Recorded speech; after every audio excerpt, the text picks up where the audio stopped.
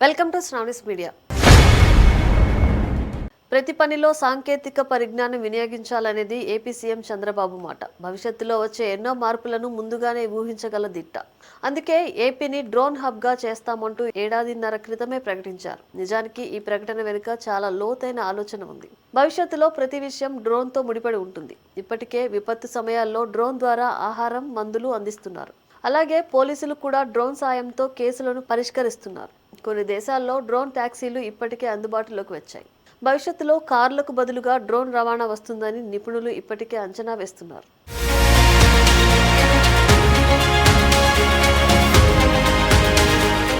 ఇక వ్యవసాయ రంగంలో డ్రోన్ సేవలు మంచి ఫలితాలు ఇస్తున్నాయి. డ్రోన్ సాయంతో పొలాలకు యూరియా, పురుగు మందులు పిచికారీ చేస్తున్నారు. నిజానికి యూరియా వల్ల ఎలాంటి హాని జరగనప్పటికీ పురుగు మందుల పిచికారీ వల్ల మాత్రం ఎంతో మంది రైతులు క్యాన్సర్ బారిన పడి మృతి చెందారు.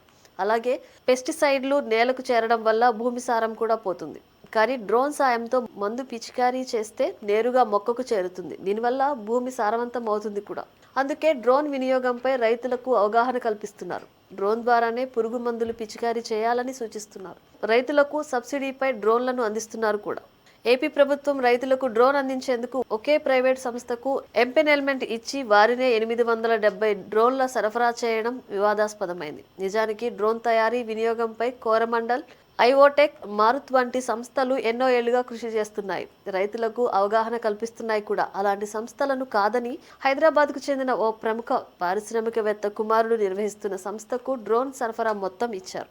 నిజానికి make in India, made in Andhra scheme కింద డ్రోన్ తయారు చేసి అందించాల్సి ఉంది. కానీ సదరు సంస్థ మాత్రం చైనా నుంచి డ్రోన్ విభాగాలు తీసుకువచ్చి వాటిని ఇక్కడ అసెంబ్లింగ్ చేసి రైతులకు అందించారు. ఇవి నాసిరకం కావడంతో చాలా వరకు విసిగిపోయాయి. ఇదేమిటి అంటే రిపేర్ చేస్తాం, రీప్లేస్ చేస్తామంటున్నారు తప్ప సంస్థ నిర్వాహకులు కనిపించడం కష్టమైంది.